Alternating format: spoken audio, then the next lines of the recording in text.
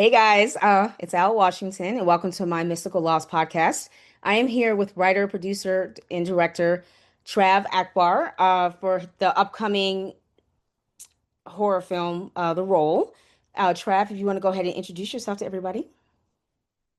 Yeah, thank you, Al. I'm Trav Akbar. I am a Australian uh, writer, producer, director. I've got Indigenous and Afghan heritage, so I write, produce, and direct a lot of I guess stuff based on my heritage and perspectives from that heritage. Also, to add, though, I'm not directing the role.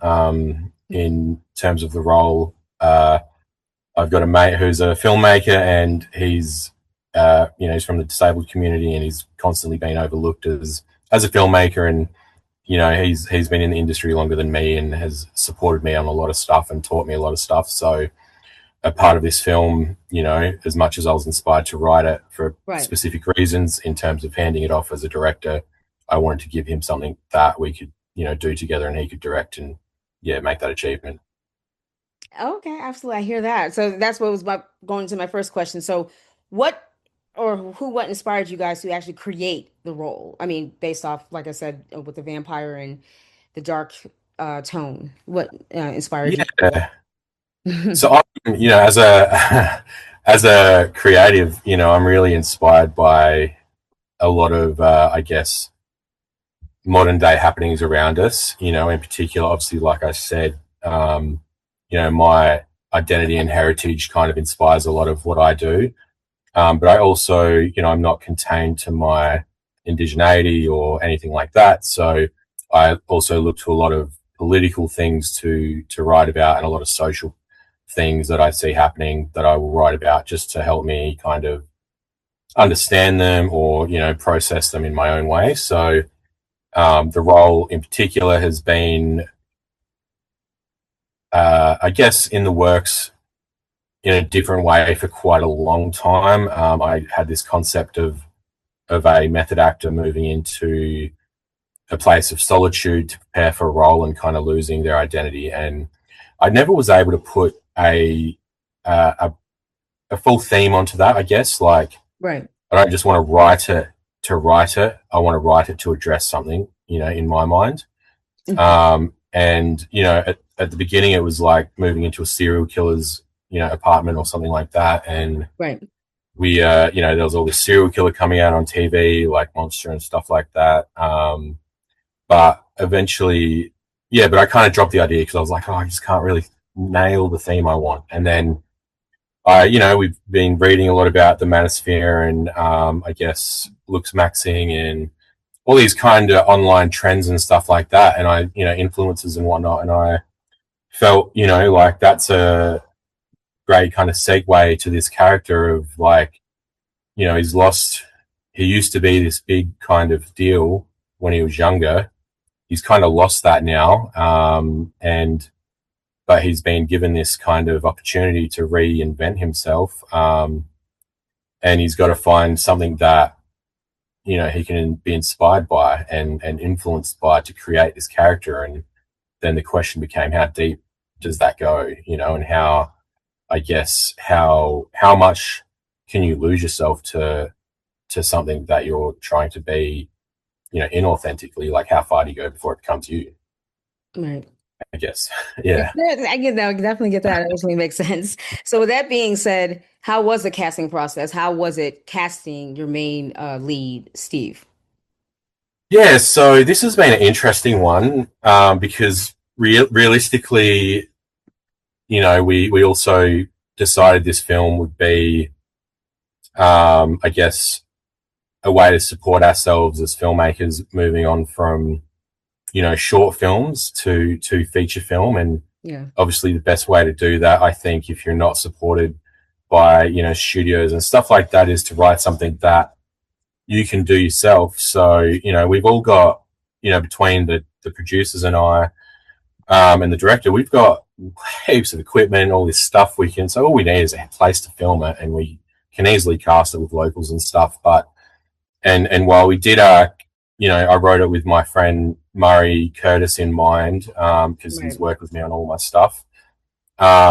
we actually got into a interesting, an interesting situation where I'd sent the script to a friend of mine who I'm working with at the moment, and he's a special effects artist, and I wanted some some advice on the special effects in the film, and he sent it on to another actor from who's he's not huge, but he's got a lead film coming out on Netflix later this year, and he's one of the leads, and he loved the film, he loved the script, and emailed me out of the blue and was like, oh, you know, I really want to do this film, we really want to make it happen, Hmm.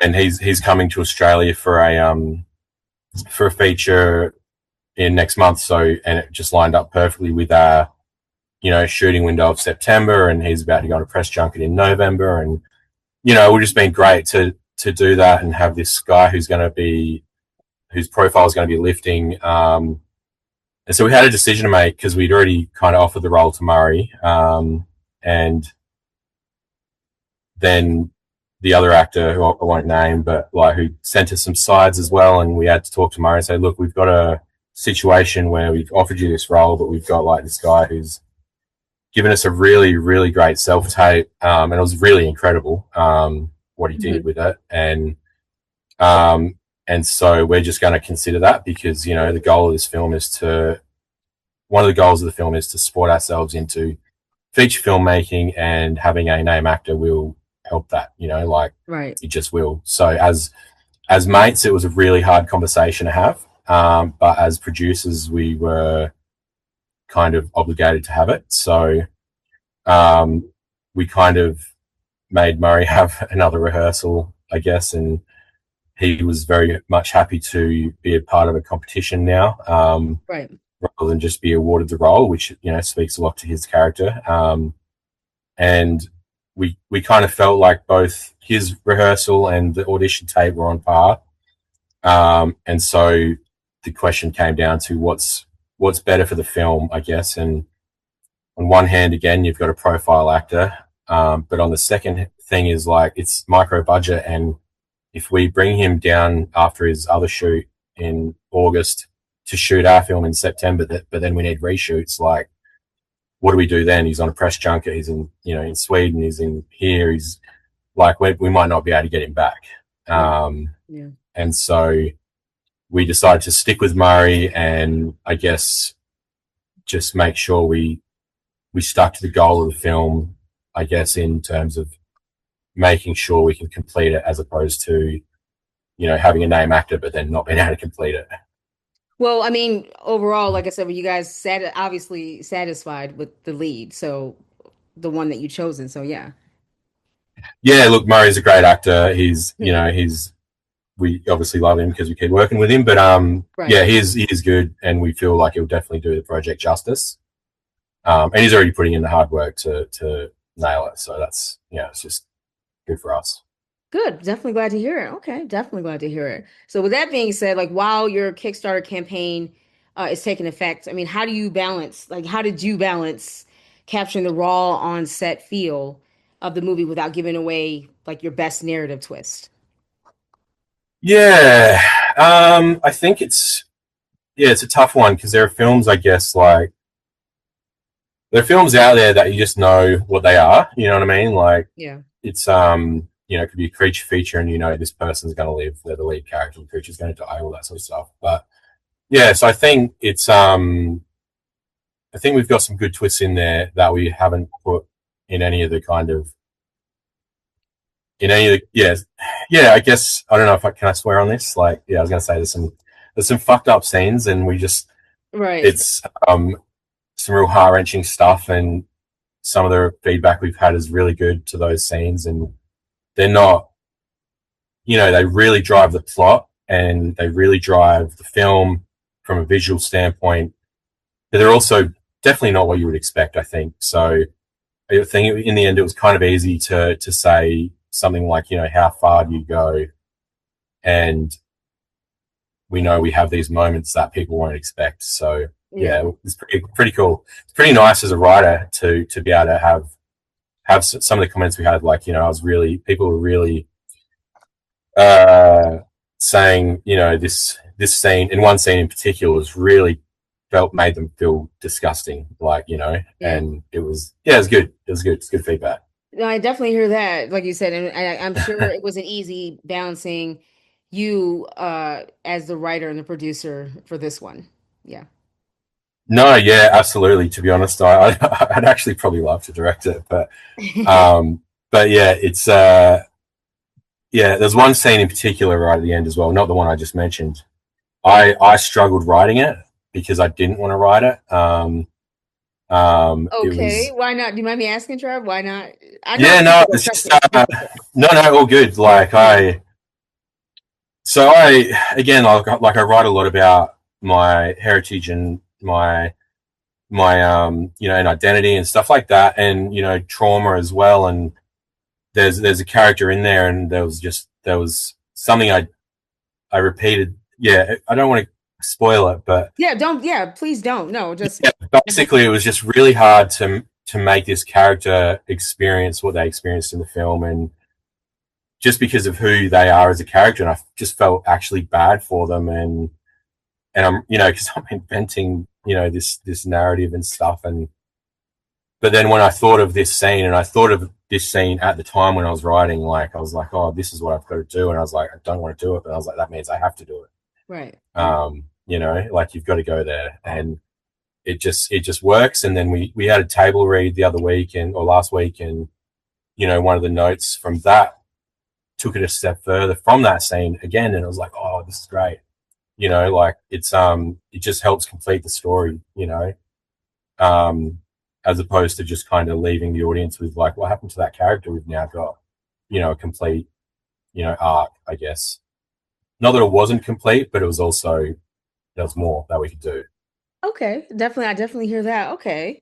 So, but what made you act overall, like I said, besides the role? I know especially with Kickstarter is a lot to definitely invest in. So, and again, congratulations. But overall, what made you want to become a writer, producer, and director, like all the whole enchilada?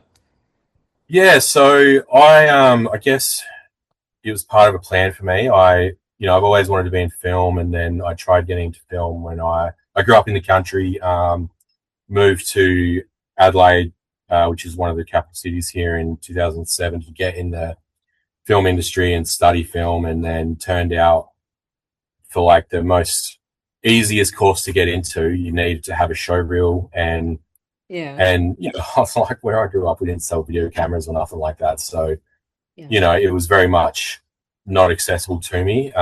So I did marketing and advertising instead, which was great. I got really good grades in, really just understood the business side of marketing and advertising and stuff like that. But I'd moved here. I had to support myself. I was working part time when I wasn't studying, paying rent. So as soon as oh yeah, I don't know if this is weird to go into, but I was also getting like our government allowance for youth as well to study, called a Oz study, and then someone said to me, and this is one of the stereotypes here, oh, you're Indigenous, get ab study instead. That's way more money. right, And I right, was like, oh, fucking sick. All right, so I transitioned to that, and it turned out it was the same amount of money, but it was harder to get because I had to then register my income from work in person in an office instead of over the phone, which I had been doing. right. But because I had to study, I couldn't and work, I didn't have time to do that. So they cut me off altogether, and I couldn't get any allowance at all. I had to quit studying after like that year because I couldn't afford it, and go into full time work in supermarket management, which I Um, hated. Yeah, you ready to? so systemic racism played a part. It's just the reality of it. And yeah, I kind of gave up on film for a while, and eventually, I kept writing for myself. I just, you know, gave up on pursuing it as a career. And then in 2017, I started reviewing stuff. I saw an opportunity to be a reviewer, and I thought, fuck it, that's close enough. But with that came a lot of opportunities to talk to producers and directors and actors and go to galas at the film festivals here, and Right. You know, we're only a small city, but they do a pretty good gala. And yeah, through that, I found a way into the industry and thought I'll give it another shot. And from there, it just again, like the business management and the study did still help. You know, I found myself understanding how to kind of network really well, and you know, I've written stuff and sold it in the US. I've optioned a fair bit of stuff, and I work full time for myself at the moment as a writer producer, less director, but still doing that here and there. And yeah, it was kind of a bit of a, for lack of a better word, a journey, I guess. Right. Um, but yeah, we got there, and it's been good. Yeah, I went to Cairns. Like, it was the first time I've been overseas. You know, that was good. Thanks to Adelaide Film Festival, sent me over there for free, so that was nice. Yeah. Um, and yeah, I had to express get a passport and whatnot. But yeah, yeah, it's been great. I like I said, give you applaud. I know it's not easy, especially when we're working day jobs that we don't want to Mm-hmm. be at just to support, like I said, ourselves. Oh, Like if I know, yeah, trust me, yeah, and it's definitely hard to balance it both. You get what I'm saying? So I definitely give you applaud to give it to everybody, all the creators, writers, directors, producers, the whole enchilada, because it's just it's not easy. Trust me on that. And absolutely. yeah, no, seriously, it can get stressful, and it's It's like sometimes stuff gets put on hold yeah. uh, due to life things happen in our lives. So and yeah, because that's Oh, yeah. I mean, the first thing that I started writing when I got back into the idea of like, oh, this could be a career, was like this kind of massive indigenous sci-fi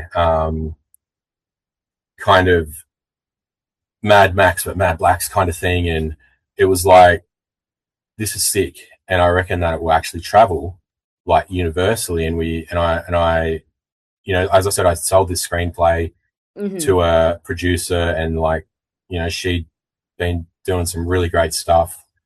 You know, she'd produced this Oscar nominated film and stuff like that. And it was cool. And I was like, oh, what do you think of this? She's like, yeah, that's great. Like, but make it a series. And I was like, oh, okay. So then I had to like redo the whole thing, come up with, yeah, it was really cool as. And we went out to like the streamers with it, and we had really great response. But by the time we went there, COVID had just started kind of becoming like a really big deal. And they were like, "Oh, we don't do stuff that has a virus in it at the moment unless it's positive." And I was like, "Oh, but this is, you know, this is really kick ass, you know, like, and it's never Right. been anyway." Like, yeah, so that's I've just, you know, like I guess started to pull that back out, you know, after 5 years or 4 years. As you said, stuff just goes cold. So No, things happen, and like I said, I know most of us uh kind of let everybody know, especially with my viewers and those my subscribers. I tried not to get so much into it, but especially if it's bad news. But yeah, it's a journey. So something I need to yeah, recognize too that we're not in control. It's just like it's very, but again, it's just very hard to balance. Especially, I know that's what we chose to do, but it to me, like I said, it is a calling, and most people may not agree, but it is a calling. Just like mm-hmm. it was a calling when you got into it, anybody else. So yeah, and with that being said, it's our choice still. Can we still move forward? Can we still do it? Some days I'm like, yes, some days it's like yeah. Some days yeah. I So some think days I have to reset. to Yeah. you do, yeah. You've got to reset plenty. On the, I suppose to answer the question directly, to do all three Yeah. things, I've always wanted to do it. But I had a 10-year plan to just write, not knowing how hard the film industry is, and sell screenplays, and then direct later on and learn how to direct through producing. Right. But I had to learn them all kind of as quickly as possible in the end, just to support myself, you know, and just take extra jobs and you know, to get a little bit of pay here and there. So yeah, but again, it all just kind of came naturally. So Yeah, and I don't know, Trav, when you said the jobs and stuff, don't you feel like sometimes when you're there, you're like, God, I don't want. I know it's just we're yeah, oh grateful, but yeah, it's just yeah, it's a journey. And it's like there's nothing we can, it's just very because even now filmmakers, even with Kickstarter and any other, I think is it Family Go Go? I can't remember. But anyway, um money and bills are just always seem to be going to be an they're issue. always there. Exactly. Always there. and it's always gonna be an issue. So yeah, just Yeah. especially when it comes to our creative, and if it's just yeah, There's just hard costs to filmmaking you can't avoid. And for sure. I don't like thinking that I'm going to do something micro budget because, we're going to be getting volunteers and stuff like that. But, we're all, like you said, it is a calling. And I guess I had to come to grips as a producer and person that to get ahead and to lift your profile, you've got to eventually do something probably that is without pay or something like that. And not Yeah, to say I don't mind not being paid because I do it because I love it, but I don't like being a producer who has to go and wrangle a heap of crew that either get no pay or get under award rate or just like we don't do it because we want to take advantage of people. We do it because we're all working towards a goal. And a up and coming DOP needs that credit just as much as I need it as a writer. Like I know DOPs with 6 features, award-winning features under their belts, and they're struggling for work here because where I live, South Australia, we have a lot of inbound projects from other states, and they all want to bring their own DOPs, and those DOPs want to bring their first ACs, and it's who you know just as much as what you know, and it does make it a lot harder. it does. Yeah, and especially you said doing it like I said for free. Yeah, even as an intern, you gain the experience, but in order to get that experience, yeah, you would start with some projects that may not obviously pay you or just getting credit, but yeah, and then eventually when you're learning the business, and you guys have a good working relationship, and then, like I said, things could change. But you're right, you're absolutely right about that. Yeah, that's exactly how it is. So, but Trev, did you have any movies like when you guys were working on the role, like any vampire like movies, especially the latest one, Sinners, anything creative like that came out? Sinners, very one of my favorite movies, by the way. But yeah, Like no, Sinners, yeah, what an achievement that was. Like, yes, very good movie. what Very good.